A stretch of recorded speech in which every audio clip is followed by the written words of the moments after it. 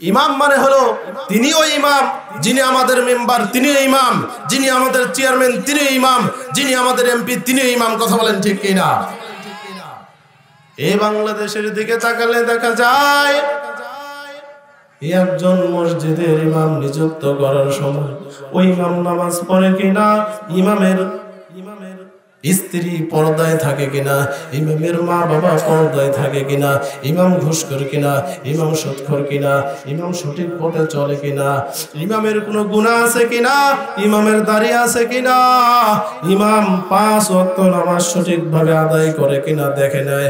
500 মানুষের জন্য ইমাম নিযুক্ত করার সময় ইমামের এত কিছু দেখা হয়, কিন্তু যখন ইলেকশনে যখন এমপি নির্বাচন করা হয় 5 লক্ষ মানুষের জন্য একজন ইমাম নির্বাচন করা হয়, কিন্তু বাঙালি মুসলমান এত আবেগী 500 মানুষের জন্য ইমাম নিযুক্ত করার সময় ইমাম নামাজ পড়ে কিনা,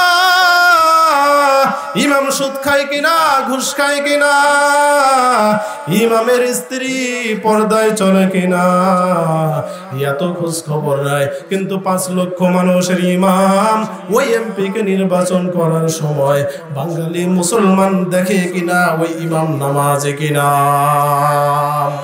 ঠিক কিনা বলেন? ইমাম যদি ফজরের নামাজ না পড়ে ইমামকে আপনারা কি ইমাম হিসাবে রাখবেন কিনা? রাখবেন না। এই ইমামের বউ যদি পর্দায় না চলে রাখবেন না। ইমাম যদি দাড়ি কেটে আসে রাখবেন না। ইমাম যদি পাঞ্জাবি ছাড়া শার্ট প্যান্ট পরে আসে ইমাম হিসাবে রাখবেন না। তাহলে বাঙালি মুসলমান জবাব দাও, 500 মানুষের জন্য যাকে তুমি নিযুক্ত করলা ওই ইমাম যদি পাঞ্জাবি ছাড়া আসে ইমাম হিসাবে রাখবেন না। ইমামের বউ যদি পর্দায় না চলে মসজিদে ঢুকতেই দেবেন না। তাহলে লক্ষ লক্ষ মানুষের জন্য চেয়ারম্যান এমপি মন্ত্রী মিনিস্টার নিযুক্ত করে, তাহলে সেইখানে কেন তোমরা দেখো না ওই ইমামের বউ পর্দায় চলে কিনা, ইমাম নামাজ পড়ে কিনা, ইমাম সুদখোর কিনা, ঘুষখোর কিনা? এগুলো খোঁজ খবর না নিয়ে কেন তুমি ইমাম নির্বাচন করো? ঠিক কিনা? এই জন্য সাবধান থাকতে হবে। ছোট্ট একটা গজল শোনাবো। এবারে ভোট দেব ভাই সেই মানুষের যে মানুষ পক্ষে থাকে আল কোরআনের। এবারে ভোট দেব ভাই সেই মানুষের যে মানুষ পক্ষে থাকে আল কোরআনের। যে মানুষ কথা কাজে মিল রাখে না, যে মানুষ নামাজ রোজার ধার ধারে না, যে মানুষ কথা কাজে মিল রাখে না, যে মানুষ নামাজ রোজার ধার ধারে না, ওরা তো দরদি নয় শর্ত হাসিল আসলদের, ওরা তো দরদি নয় শর্ত হাসিল আসলদের। এবারে ভোট দেব ভাই সেই মানুষের যে মানুষ পক্ষে থাকে আল কোরআনের। তো দুনিয়াতে আমরা এসেছি, দুনিয়ার জিন্দেগি ছাড়তে হবে। তো মানুষের আসলে আখিরাতের চিন্তা যদি ভয় যদি থাকে অন্তরে, তাহলে এখনো মেলায় যারা ঘোরাফেরা করছে, বাসায় শুয়ে আছে, তারা এখানে চলে আসতো। আমাদের দেশের অধিকাংশ মানুষ ইসলাম প্রিয়, ইসলামকে ভালোবাসে, কিন্তু ইসলামের হুকুম আহকামগুলো সঠিকভাবে মানতে চায় না। ইসলামকে ভালোবাসে, নামাজকে ভালোবাসে, কিন্তু ফজরের সময় ঘুম থেকে উঠতে চায় না। ঠিক কিনা? তো এই জন্য রাসূল পাক সাল্লাল্লাহু আলাইহি সাল্লাম বলছে, বহু নামাজি আছে কিন্তু 10 জন এরকম নামাজি ব্যক্তি আছে যাদের নামাজ পড়লেও কবুল হয় না। বলেন না আউযুবিল্লাহ। এরকম 10 জন মানুষ আছে, 10 জন ব্যক্তি আছে, এরা নামাজ পড়লেও নামাজ কবুল হয় না। তো এর 1 নম্বর হচ্ছে যে ব্যক্তি ইচ্ছাকৃতভাবে নামাজের জামাতকে ছেড়ে দেয়, এর নামাজ কবুল হয় না। রাসূলকে একজন এসে জিজ্ঞেস করলেন, ইয়া রাসূলুল্লাহ, একজন সাহাবী এসে জিজ্ঞেস করলেন যে ইয়া রাসূলুল্লাহ, সবথেকে পৃথিবীতে ভালো কাজ কি? রাসূল পাক সাল্লাল্লাহু আলাইহি ওয়াসাল্লাম বললেন, ও সাহাবী শুনে নাও, এই পৃথিবীতে সবথেকে ভালো কাজ 3টি। এর মধ্যে অন্যতম ভালো কাজ হলো আসসালাতু লিওয়াক্তিহা, ওয়াক্ত মতো নামাজ আদায় করা। সুবহানাল্লাহ বলে। পৃথিবীতে 3টি সব থেকে ভালো কাজ, তার মধ্যে একটি হচ্ছে ওয়াক্ত মতো সালাত আদায় করা। কিন্তু আজকে আমাদের দেশে দেখা যায় ফজরে মুয়াজ্জিন আযান দেয়, বিছানায় শুয়ে থেকে সময় নষ্ট করে, নামাজের কোনো খবর নাই। নামাজে মসজিদে আযান দিয়ে দেয়, বন্ধুদের সঙ্গে দোকানে আড্ডা দেয়, বিছানায় শুয়ে থাকে, নামাজের কোনো খবর নাই। ইচ্ছাকৃতভাবে অনেক আল্লাহর বান্দা জামাত ছেড়ে দেয়, ইচ্ছাকৃতভাবে নামাজের জামাতকে যারা ছেড়ে দেয়, এরপরে নামাজ পড়লেও ওই ব্যক্তির নামাজকে কবুল করা হয় না। এই জন্য যারা ইচ্ছাকৃত নামাজ ছেড়ে দেয়, এই ব্যক্তিগুলোর নামাজ কবুল করা হয় না। আল্লাহ পাক রব্বুল আলামিন বলেন, ফাওয়াইলুল লিল মুসাল্লিন, ওই সব নামাজীরা ধ্বংস হয়ে যাবে। কোন নামাজীরা ধ্বংস? নামাজ পড়ে কিন্তু নামাজ কবুল হয় না। কাদের নামাজ কবুল হয় না? ফাওয়াইলুল লিল মুসাল্লিন আল্লাযীনা হুম আন সালাতিহিম সাহুন, যারা তাদের নামাজের ব্যাপারে অমনোযোগী, নামাজের ব্যাপারে গাফিল, এই নামাজ এগুলো ধ্বংসপ্রাপ্ত। কিয়ামতের দিন আল্লাহ পাক রব্বুল আলামিন সর্বপ্রথম আউয়ালু মা ইউহাসাবু বিহিল আবদু ইয়াউমুল কিয়ামাতি মিন আমালিহিস সালাহ, কিয়ামতের দিন আল্লাহ সর্বপ্রথম নামাজের হিসাব বান্দার কাছ থেকে গ্রহণ করবেন। বান্দার আমলনামায় নামাজ যদি না থাকে, আল্লাহ পাক রব্বুল আলামিন ফেরেশতাদেরকে অর্ডার করবেন, ওয়াসিকাল্লাযীনা কাফারু ইলা জাহান্নাম যুমারা, আল্লাহ পাক ফেরেশতাদেরকে অর্ডার করবেন, রে ফেরেশতারা, আমার এই বান্দার আমলনামায় নামাজ নাই, বান্দাকে জাহান্নামের শিকল দিয়ে বেঁধে ফেল। ফেরেশতারা জাহান্নামের শিকল দিয়ে বেনামাজীদেরকে বেঁধে ফেলবে।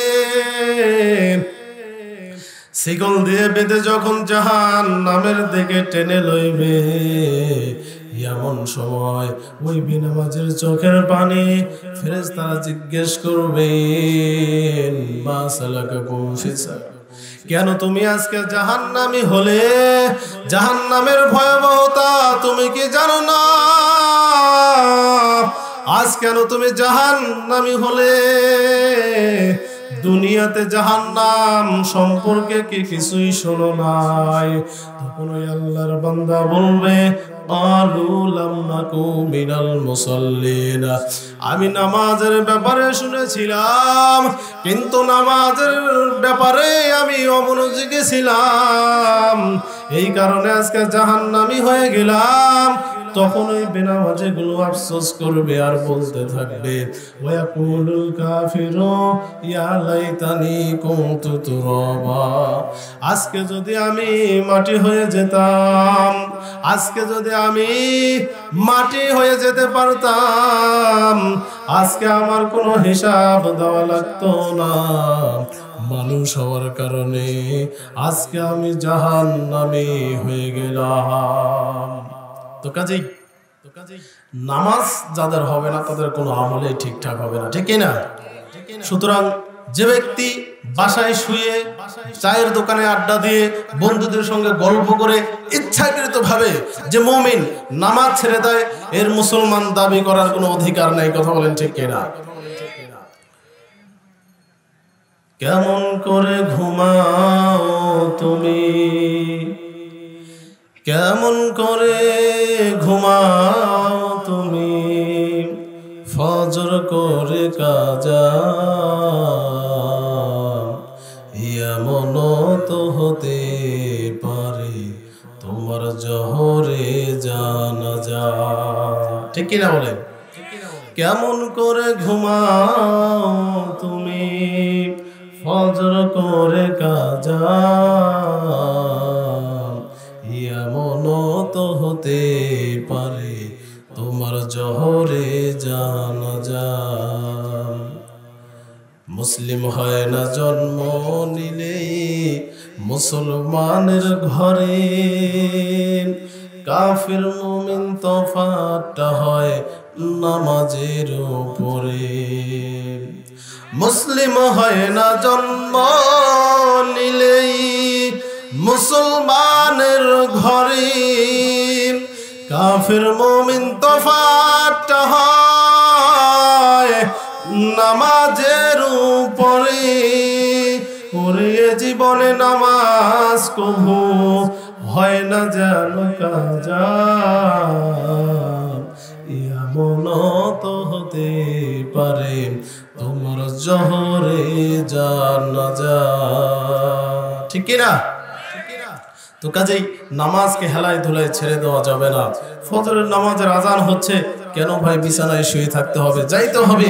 বিশেষ করে আমাদের দেশে দেখা যায়, হয়তো বাস্তবতা বলছি, ফজরের আজান দিয়েছে, বুড়া হয়তো ছেলেকে ডাকছে যে চল বাবা নামাজে আজান হয়েছে, চল মসজিদে যাই।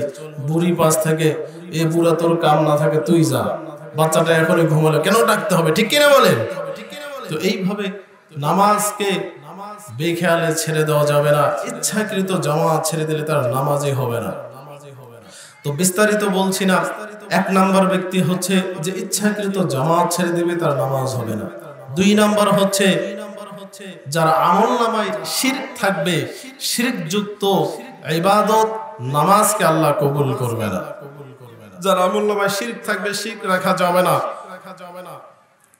ইন্নাল্লাহা লা ইয়াগফিরু আন ইউশরাকা বিহি ওয়া ইয়াগফিরু মা দুনা যালিকা লিমান ইয়াশা ওয়া মান ইউশরিক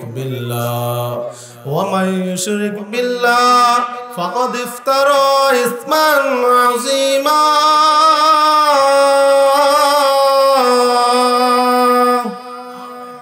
একটু জোরে বলেন আল্লাহু আকবার। কোরআনের আয়াত শুনলে কি বলতে হয়? একটু আল্লাহু আকবার জোরে বলতে হয়।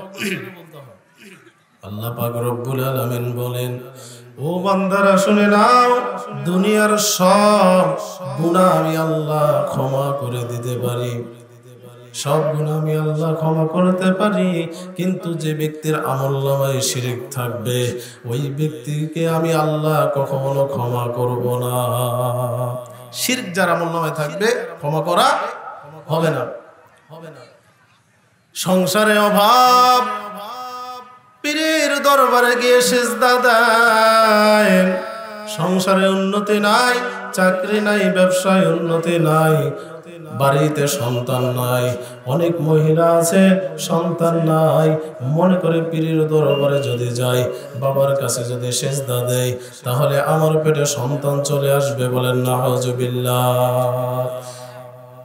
যারা মনে করে পীরের দরবারে গেলেই তবে যারা ভালো পীর, তাদের বিরুদ্ধে কোনো কথা নাই। যেই পীর নিজেই নামাজ পড়ে না, নিজেই বেপরদায় চলে, ওই পীরের কাছে গিয়ে যারা জান্নাতের আশা করে, জান্নাত পাওয়া যাবে না।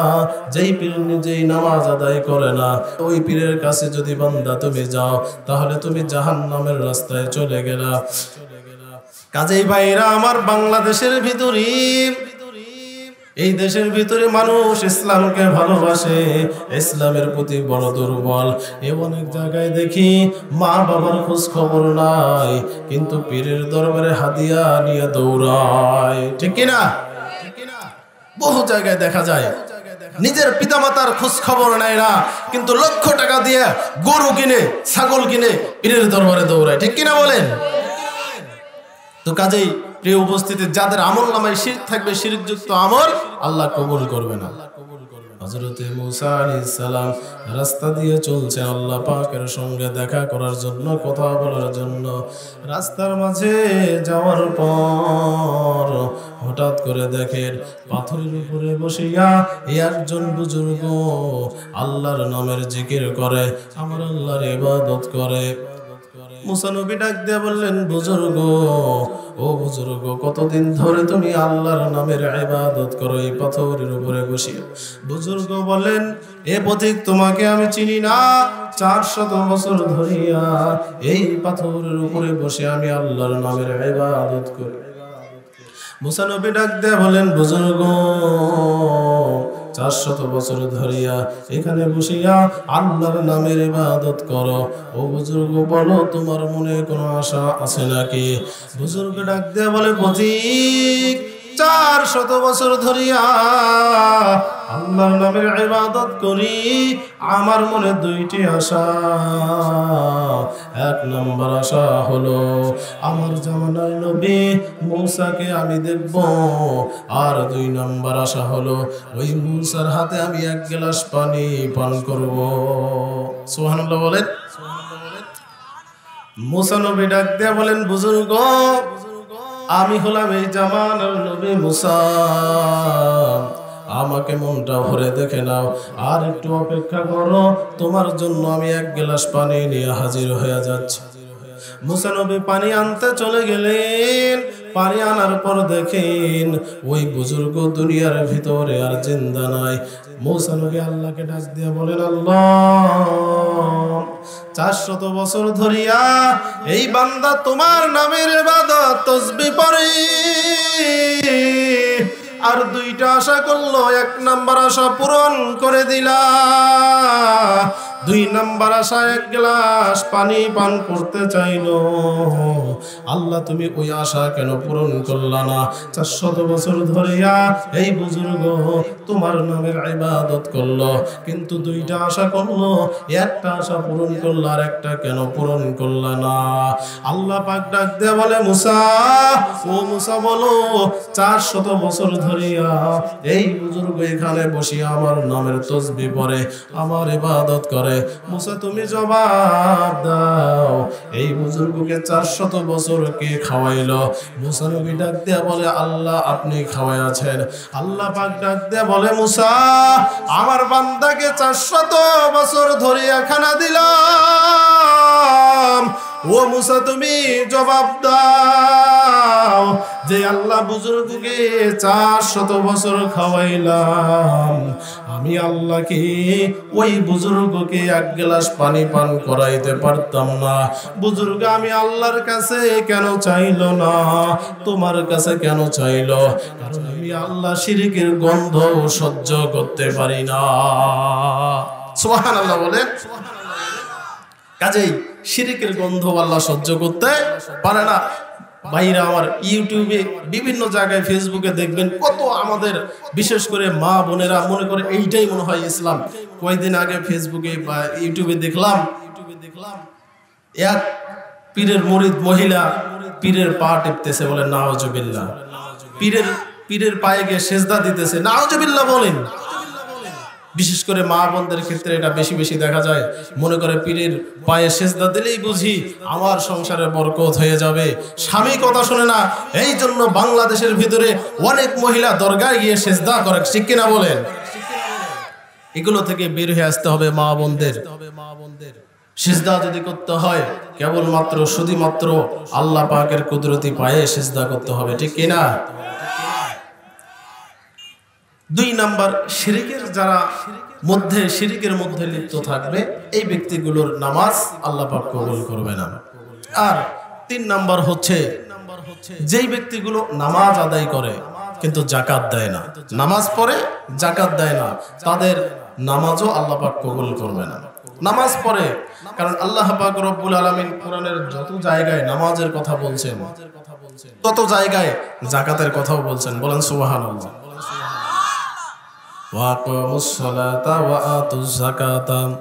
যত জায়গায় আল্লাহ কোরআনে নামাজের কথা বলেছেন ঠিক তত জায়গায় আল্লাহ পাক যাকাতের কথা বলেছেন।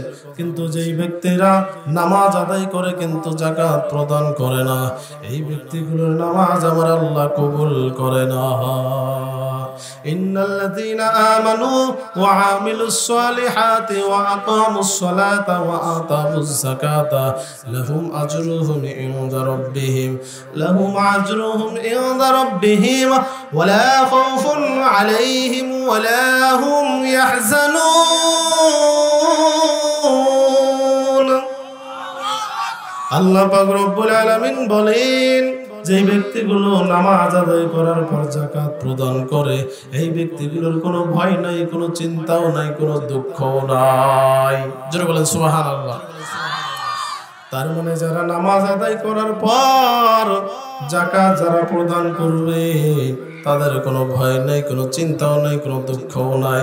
কিন্তু যারা নামাজ আদায় করার পর যাকাত প্রদান করবে না, তাদের ভয় আছে, চিন্তাও আছে, দুঃখও আছে। ঠিক কি না? এই আয়াতের মানে এটাই বোঝা যায়।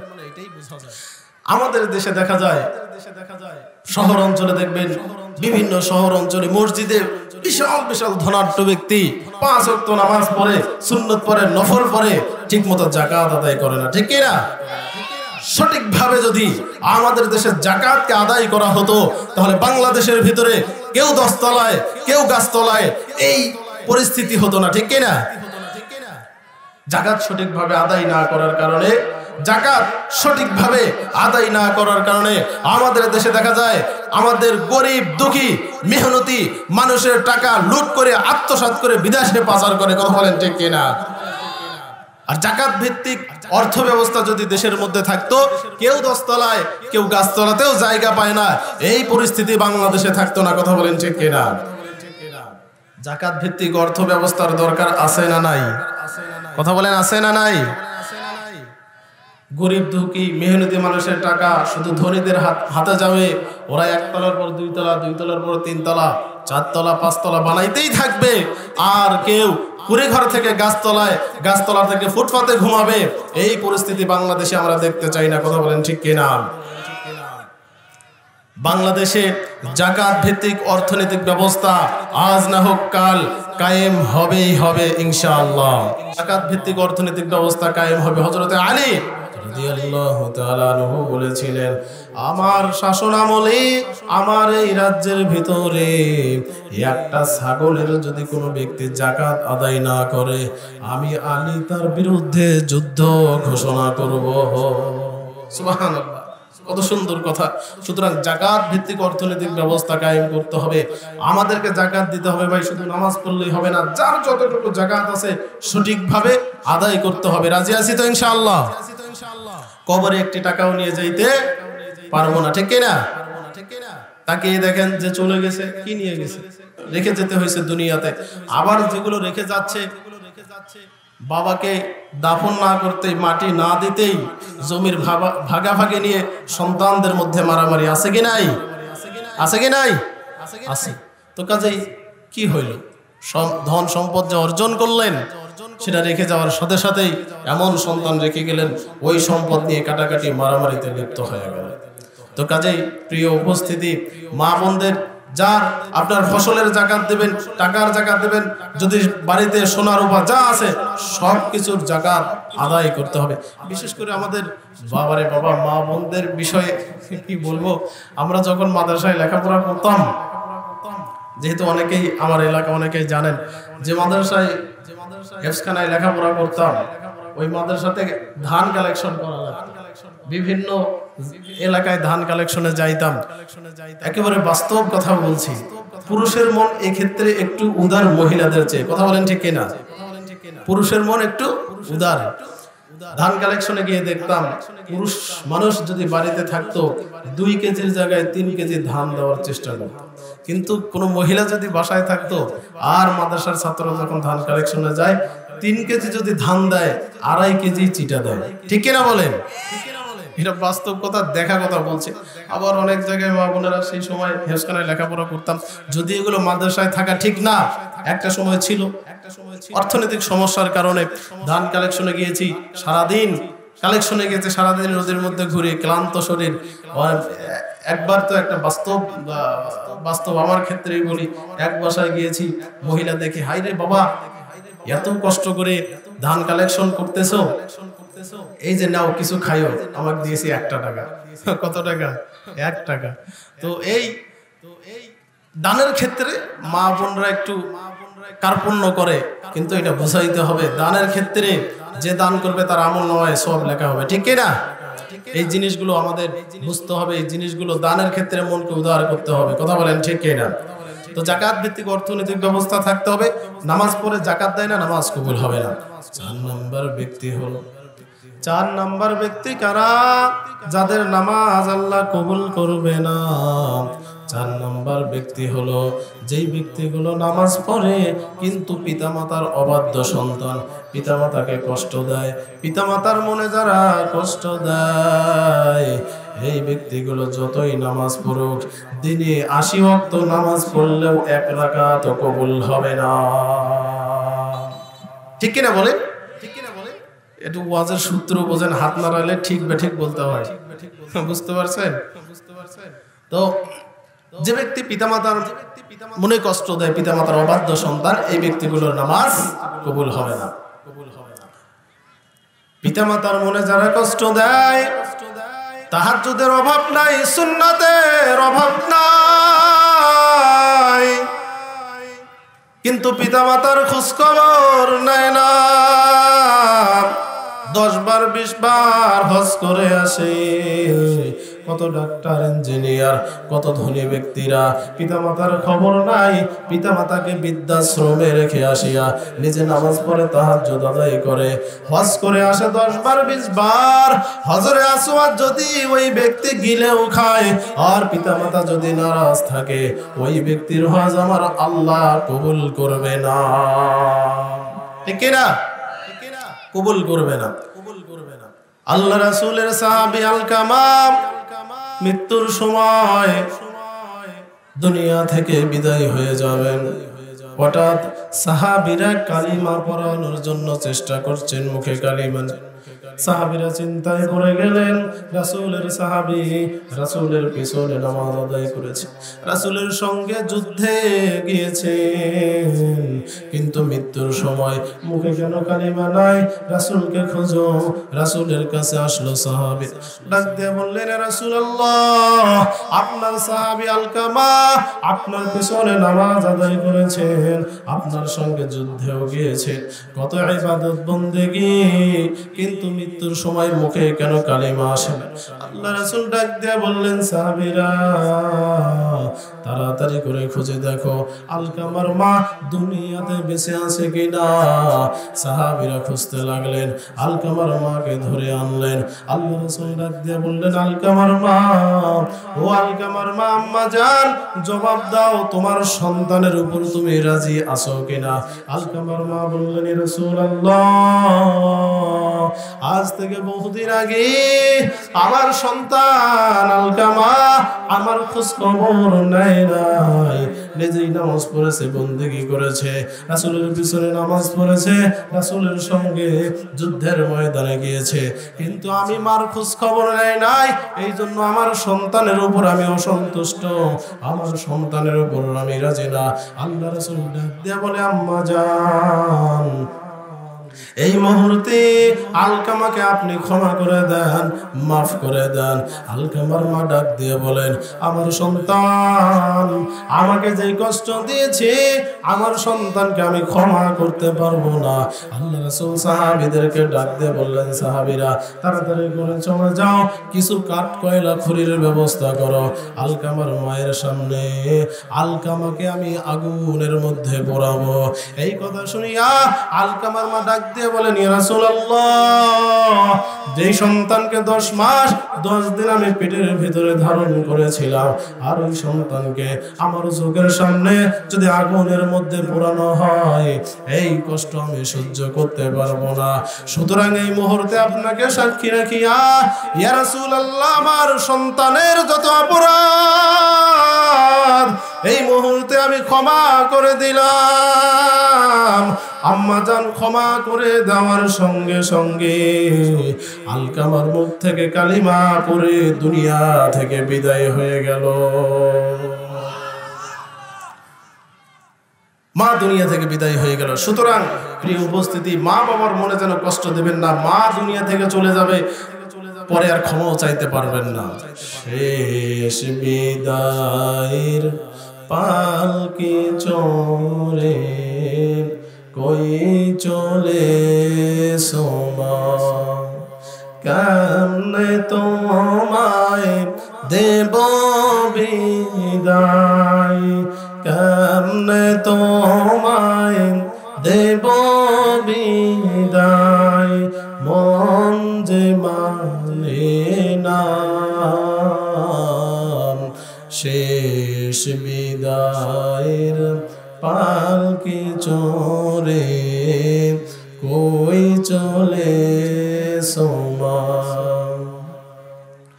হাজার হাজার মানুষ যেদিন ভর্তি আমার বাড়ি, চোখের সামনে নিলে বিদায়, পরে সাদা শাড়ি, হাজার হাজার মানুষ যেদিন ভর্তি আমার বাড়ি, চোখের সামনে নিলে বিদায়, পরে সাদা শাড়ি, পালকি চড়ে এ ঘর সেরে দিলে যে রওনা, শেষ বিদায়ের পালকি চড়ে কই চলে সোমা। বলেন আল্লাহু আকবার। আরেকটু জোরে বলেন না আল্লাহু আকবার। সুতরাং মা বাবার মনেও যারা কষ্ট দিবে তাদের ইবাদত কবুল হবে না। এরপরে 5 নাম্বার ব্যক্তি হলো ওই ইমাম যে ইমামের উপরে তার মুসল্লিরা যৌক্তিক কারণে অসন্তুষ্ট, ওই ইমামের নামাজ কবুল হবে না। এখন ওই ইমাম মানে কি? এই মসজিদের ইমাম? কথা বলেন। ওই ইমাম মানে মসজিদের ওই মুয়াজ্জিন, ওই মসজিদের ইমাম, মসজিদের খতিব। আমরা মনে করি ইমাম মানে হলো ওই মসজিদের মুয়াজ্জিন আর খতিব, ওই মসজিদের যে পেশ ইমাম, যে খতিব। ইমাম মানে আমরা তাদেরকেই মনে করি, ঠিক কিনা বলেন? ইমাম মানে হলো তিনি ওই ইমাম যিনি আমাদের মেম্বার, তিনি ইমাম যিনি আমাদের চেয়ারম্যান, তিনি ইমাম যিনি আমাদের এমপি, তিনি ইমাম। কথা বলেন ঠিক কিনা? এই বাংলাদেশের দিকে তাকালে দেখা যায় একজন মসজিদের ইমাম নিযুক্ত করার সময় ওই ইমাম নামাজ পড়ে কিনা, ইমামের স্ত্রী পর্দায় থাকে কিনা, ইমামের মা বাবা পর্দায় থাকে কিনা, ইমাম ঘুষখোর কিনা, ইমাম সুদখোর কিনা, ইমাম সঠিক পথে চলে কিনা, ইমামের কোনো গুনাহ আছে কিনা, ইমামের দাড়ি আছে কিনা, ইমাম 5 ওয়াক্ত নামাজ সঠিকভাবে আদায় করে কিনা দেখে নেয়। 500 মানুষের জন্য ইমাম নিযুক্ত করার সময় ইমামের এত কিছু দেখা হয়, কিন্তু যখন ইলেকশনে, যখন এমপি নির্বাচন করা হয়, 5 লক্ষ মানুষের জন্য একজন ইমাম নির্বাচন করা হয়। কিন্তু বাঙালি মুসলমান এত আবেগী, 500 মানুষের জন্য ইমাম নিযুক্ত করার সময় ইমাম নামাজ পড়ে কিনা, ইমাম সুদ খায় কিনা, ঘুষ খায় কিনা, ইমামের স্ত্রী পর্দায় চলে কিনা, এত খোঁজ খবর নাই। কিন্তু 5 লক্ষ মানুষের ইমাম ওই এমপিকে নির্বাচন করার সময় বাঙালি মুসলমান দেখে কিনা ওই ইমাম নামাজে কিনা, ঠিক কিনা বলেন? এই ইমাম যদি দাড়ি কেটে আসে, আপনারা ইমাম হিসাবে রাখবেন? কথা কয় না, রাখবেন? ভাই একটু কথা বলতে হবে, কথা না বললে ওয়াজে মজা আসে না, কনফিডেন্স নষ্ট হয়ে যায়। ইমাম যদি ফজরের নামাজ না পড়ে, ইমামকে আপনারা কি ইমাম হিসাবে রাখবেন কিনা? রাখবেন না। এই ইমামের বউ যদি পর্দায় না চলে রাখবেন না। ইমাম যদি দাড়ি কেটে আসে রাখবেন না। ইমাম যদি পাঞ্জাবি ছাড়া শার্ট প্যান্ট পরে আসে ইমাম হিসাবে রাখবেন না। তাহলে বাঙালি মুসলমান জবাব দাও, 500 মানুষের জন্য যাকে তুমি নিযুক্ত করলা, ওই ইমাম যদি পাঞ্জাবি ছাড়া আসে ইমাম হিসাবে রাখবেন না। ইমামের বউ যদি পর্দায় না চলে মসজিদে ঢুকতেই দেবেন না। তাহলে লক্ষ লক্ষ মানুষের জন্য চেয়ারম্যান, এমপি, মন্ত্রী, মিনিস্টার নিযুক্ত করে, তাহলে সেইখানে কেন তোমরা দেখো না ওই ইমামের বউ পর্দায় চলে কিনা, ইমাম নামাজ পড়ে কিনা, ইমাম সুদ করে কিনা, ঘুষ করে কিনা? এগুলো খোঁজ খবর না নিয়ে কেন তুমি ইমাম নির্বাচন করো? ঠিক কিনা? এই জন্য সাবধান থাকতে হবে। ছোট্ট একটা গজল শোনাবো। এবারে ভোট দেব ভাই সেই মানুষের যে মানুষ পক্ষে থাকে আল কোরআনের। এবারে ভোট দেব ভাই সেই মানুষের যে মানুষ পক্ষে থাকে আল কোরআনের। যে মানুষ কথা কাজে মিল রাখে না, যে মানুষ নামাজ রোজার ধার ধারে না, যে মানুষ কথা কাজে মিল রাখে না, যে মানুষ নামাজ রোজার ধার ধারে না, ওরা তো দরদি নয় স্বার্থ হাসিল আসলদের। ওরা তো দরদি নয় স্বার্থ হাসিল আসলদের। এবারে ভোট দেব ভাই সেই মানুষের যে মানুষ পক্ষে থাকে আল কোরআনের। সুতরাং সাবধান থাকতে হবে। আর বেশি দূরে যাচ্ছি না ওইদিকে। তাহলে ইমাম নির্বাচনের ক্ষেত্রে আমাদেরকে আরো সাবধান হতে হবে। কথা বলেন ঠিক কিনা? যাকে তাকে ইমাম নির্বাচন করা যাবে না। আর 6 নাম্বার হচ্ছে ওই নারী, যে নারীর উপর তার স্বামী অসন্তুষ্ট থাকে, যে নারীর উপর স্বামী অসন্তুষ্ট, সারা রাত অসন্তুষ্ট থাকলো, স্ত্রী স্বামীর রাগকে ভাঙানোর চেষ্টা করলো না, সারা রাত কথা না বলে থাকলো, ওই স্ত্রীর নামাজ আল্লাহ কবুল করবে না। ঠিক না? আমাদের সমাজের ভিতরে স্বামী আর স্ত্রীর মধ্যে মহব্বত নাই। মহব্বত আল্লাহ রাসূলের জীবনেই পড়ে না। এই জন্য বোঝেন আম্মা স্বামী আর স্ত্রীর মহব্বত কাকে বলে। আল্লাহ রাসূল দ্বীনের কাজের জন্য বাহিরে যাইতেন। হযরতে খাদিজাতুল কুবরা স্বামীর সঙ্গে এমন ভালোবাসা, দ্বীনের কাজে আল্লাহ রাসূল বাহিরে যাইতেন। আল্লাহ রাসূল বাড়িতে ফিরে না আসা পর্যন্ত এই একটা দিনও খাদিজাতুল কুবরা একা একা খানা খাইতেন না। এটা সুবহানাল্লাহ জোরে বলে। এমনকি হযরতে আয়েশা রাসূলের স্ত্রী মাঝে মাঝে মা আয়েশাতুল হুমায়রার সঙ্গে আল্লাহ রাসূল দৌড়ের প্রতিযোগিতা করতেন। আল্লাহ রাসূল মা আয়েশার ঘরের ভিতরে রাতের বেলা আয়েশাতুল হুমায়রা পা মিলিয়ে বসে আছেন, পা বিছিয়ে দিয়ে বসে আছেন। আল্লাহ রাসূল মা আয়েশার উরুর উপরে মাথা দিয়ে শুয়ে আছেন। আয়েশাতুল হুমায়রা রাতের বেলা তার ঘরের ভিতরে পা মিলিয়ে বসে আছে, পা বিছিয়ে দিয়ে আছেন। আল্লাহ রাসূল তার মাথাটা মা আয়েশাতুল হুমায়রার উরুর উপরে দিয়ে আয়েশার সঙ্গে গল্প করছেন। সুবহানাল্লাহ বলেন। কি মহব্বত স্বামী আর স্ত্রীর ভিতরে। আজকে আপনারা গিয়ে একটু বলেন তো যে আল্লাহ রাসূল তো মা আয়েশার উরুর উপরে মাথা দিয়ে গল্প করছেন, একটু উরুটা বিছিয়ে দাও, তোমার উরুর উপরে মাথা দিয়ে তোমার সঙ্গে একটু গল্প করি। বলবে কানা বালিশ চোখে দেখিস নাই। কথা বলেন ঠিক কিনা? রাসূলের কত মহব্বত, আয়েশার সঙ্গে এইভাবে গল্প করছেন। এক পর্যায়ে আয়েশাতুল হুমায়রাকে বললেন, আয়েশা, ও আয়েশা বলো, তোমাকে একটা প্রশ্ন করি। প্রশ্নটা কি ইয়া রাসূলুল্লাহ? আল্লাহ রাসূল ডাক দিয়ে বললেন, আয়েশা, ওই প্রশ্নটা হলো, তুমি বলতে কি পারো আমার মৃত্যুর পর আমার কবরটা কোথায় হবে? আমি কোথায় ঘুমোতে চাই, তুমি কি বলতে পারবা নাকি? আয়েশাতুল হুমায়রা ডাক দিয়ে বলেন, ইয়া রাসূলুল্লাহ, আমার আর বোঝার বাকি নাই। আপনার প্রথম স্ত্রী হযরতে খাদিজা, যার জন্য আপনি এত পাগল, ওই বুড়ি মহিলা আজকে থেকে বহুদিন আগে দুনিয়া থেকে চলে গিয়েছে। এখনো বুড়ির কথা বলতে পারেন না। এখনো গভীর রজনীতে ওই খাদিজার কবরের পাশে গিয়ে আপনি গভীর রজনীতে কান্নাকাটি করেন। আমার আর বোঝার বাকি নাই, আপনার মৃত্যুর পর ওই জান্নাতুল মুআল্লা, ওই মুআল্লাতে আপনি থাকতে চান। ইয়া রাসূলুল্লাহ, বলুন আমার ধারণা ঠিক কি না?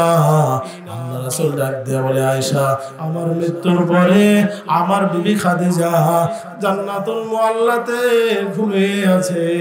আমি ওই মুআল্লাতে ঘুমাবো, এখনো সেইটা আমি ঠিক করি নাই। সুবহানাল্লাহ বলেন, এখন ওইটা ঠিক করি নাই।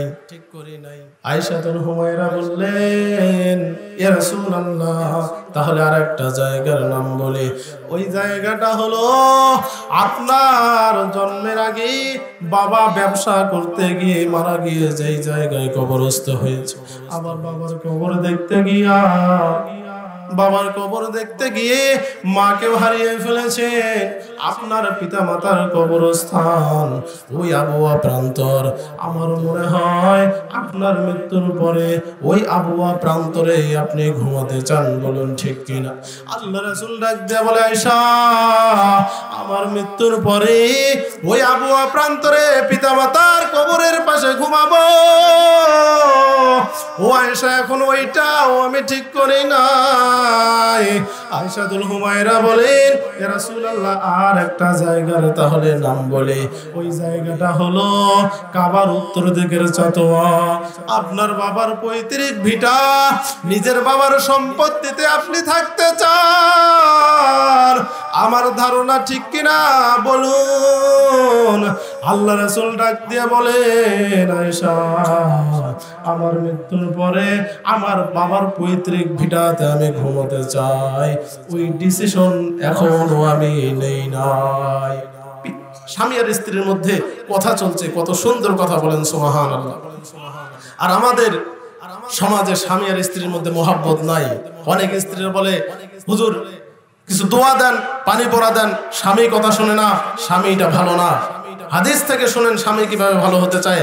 মা বোনদেরকে বলি, 4টি কাজ যদি কোনো নারী সঠিকভাবে করে তার স্বামী ভালো হতে বাধ্য হবে। বলেন সুবহানাল্লাহ। 4টি কাজ যদি কোনো মহিলারা সঠিকভাবে করে তার স্বামী ভালো হতে বাধ্য হবেন। এবং আর 4টি কাজ যদি কোনো নারী সঠিকভাবে, 4টি কাজ যদি কোনো নারী সঠিকভাবে করে, ওই নারীর জন্য আল্লাহ পাক জান্নাতের সমস্ত দরজা খুলে দিবেন। যে কোনো দরজা দিয়ে ওই নারী জান্নাতে প্রবেশ করতে পারবে। বলি সুবহানাল্লাহ। কার কথা?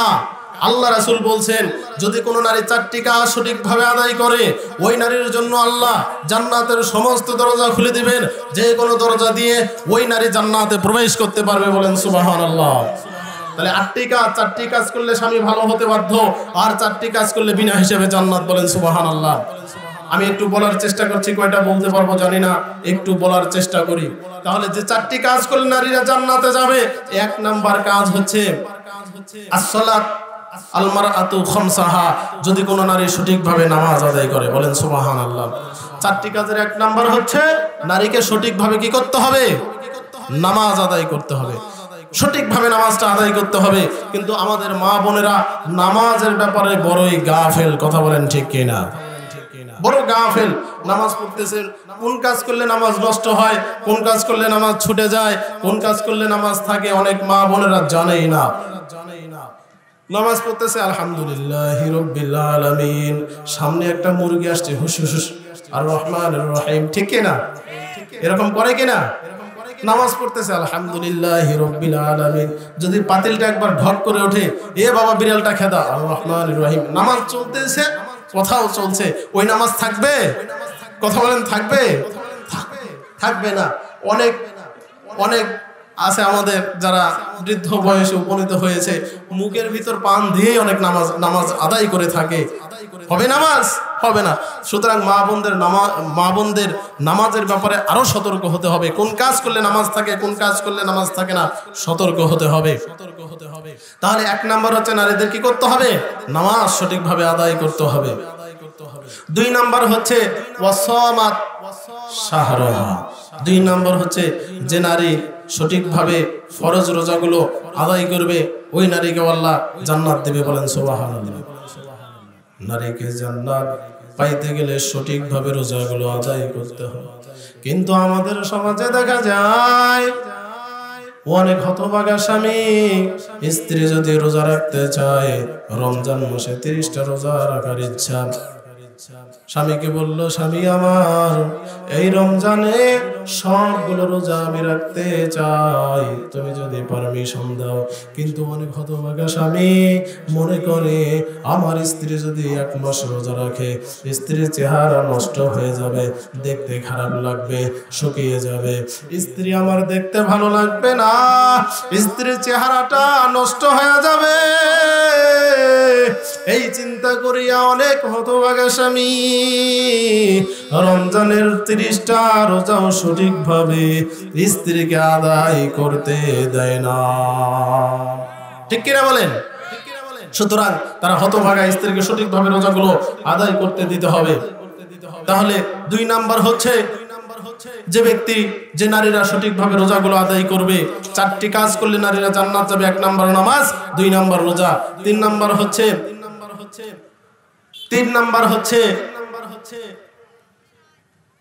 নাম্বার হচ্ছে সঠিকভাবে পর্দা করতে হবে। বলেন সুবহানাল্লাহ। ওয়া করনা ফি বুয়ুতিকুন্না ওয়ালা তাবাররাজনা তাবাররুজাল জাহিলিয়াতিল উলা। আল্লাহ পাক ডাক দেয়া বলেন, নারীরা জাহিলি জামানার মতো রূপ সৌন্দর্য বের করিয়া মানুষকে দেখানোর জন্য তোমরা রাস্তায় বের হইও না। কিন্তু আমাদের সমাজে আজকে এমন এক সময় ছিল, অশ্লীল কাপড় পরিয়া নারীরা সমাজে রাস্তায় বের হতো না, মার্কেটে যাইতো না, পুরুষ মানুষের সামনে যেত না। আর আজকে ইন্ডিয়ান টিভি সিরিয়ালগুলো আমাদের নারীদের বোরকা খুলিয়া রাস্তায় নামিয়েছে। কথা বলেন ঠিক কিনা? ঠিক কিনা? আজকে এই ইন্ডিয়ান টিভি সিরিয়ালগুলো আমাদের মা বোনদেরকে পর্দা থেকে বের করে রাস্তায় মার্কেটে নামিয়েছে। কথা বলেন ঠিক কিনা? সুতরাং বাংলাদেশে ইন্ডিয়ান কোন টিভি সিরিয়াল থাকতে পারবে না। কথা বলেন ঠিক কিনা? আমাদের ইসলামী সংস্কৃতি, বাংলার সংস্কৃতিকে ধ্বংস করছে এই ইন্ডিয়ান টিভি সিরিয়ালগুলো। কথা বলেন ঠিক কিনা? পর্দার কথা বললেই অনেক নারীরা পর্যন্ত তাদের গা জ্বলে। অনেক আমাদের দেশে সুশীল নাম ধারণ করিয়া অনেক সুশীলরা টিভিতে বসিয়া, টেলিভিশনের সামনে বসিয়া নারীদের সম অধিকারের কথা বলে নারীদেরকে পর্দা থেকে বের করে রাস্তায় নামাতে চায়, মার্কেটে নামাতে চায়। আসলে এগুলো সুশীল নয়, এগুলো হলো লুচ্চা বদমাইশ, এক প্রকার শয়তান। কথা বলেন ঠিক কিনা? যারা নারীদের অধিকারের কথা বলে নারীদেরকে রাস্তায় নামাতে চায়, বেপরদা করতে চায়, এগুলো রাসূলের অনুসারী হতে পারে না। এগুলো মুসলমান নামধারী তসলিমা নাসরিনের অনুসারী। কথা বলেন ঠিক কিনা? মুসলিম নারীদের আইডল কখনো তসলিমা নাসরিন হতে পারে না।